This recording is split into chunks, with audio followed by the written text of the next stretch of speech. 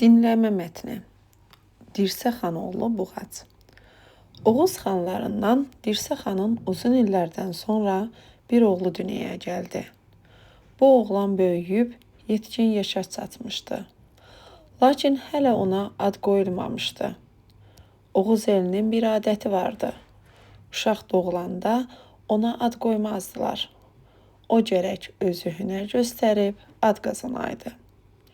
Deyilənə görə Oğuz elinin başçısı Xanlar xanı Bayandır xanın bir döyüşkən buğası vardı. Bu buğa o qədər güclü idi ki, daşa buynuz vursaydı, daşı un kimi üydərdi. İldə bir dəfə Novruz bayramında buğanı meydana çıxarardılar. Bir dəfə yenə yazda buğanı tövlədən çıxartdılar.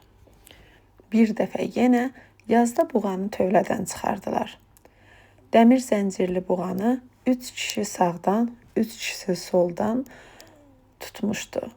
Onu darta-darta zor gücü ilə meydanın ortasına gətirdilər.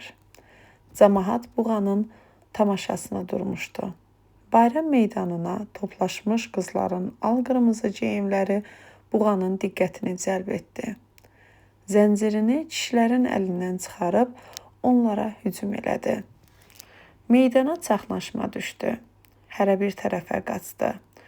Buğa Bayandır xanın qızı Burla xatunun qarşısında dayandı. Qızarmış gözlərini ona zilləyib ayağını yerə döydü. Hər kəs nəfəsini içini çəkib həyəcanla onlara baxırdı. Bu vaxt Dirsə xanın oğlu buğanın qarşısına atıldı. Əllərini atıb onun buynuzlarından yapışdı. Ayaqlarını yerə elə möhkəm dayadı ki, dizə qədər torpağa batdı. Oğlanla buğa xeyli çəkişdilər. Nə o buna güc gələ bilirdi, nə də o buna. Dirsə xanın oğlu öz-özünə düşündü. Evi dirək saxlayar. Mən niyə buna dirək olmuşam? Mənə söykənib daha möhkəm güc verir. O qəfildən əlini buğanın buynuzlarından çəkdi. Buğa dizləri üstə yerə çökdü. Öküzü gətirən kişilər gəlib tez buğanı yenidən zəncirlədilər. Hamı gəncin gücünə, qüvvətinə heyran oldu. Alqış səsləri göyə ucaldı.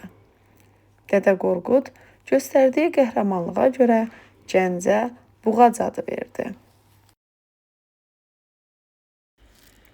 Siz bu mətni dinləməklə sizə verdiyim düşündürücü, mətnə əsaslanan analitik sualların cavablarını da göstərirəm. Buyurun, izləyin.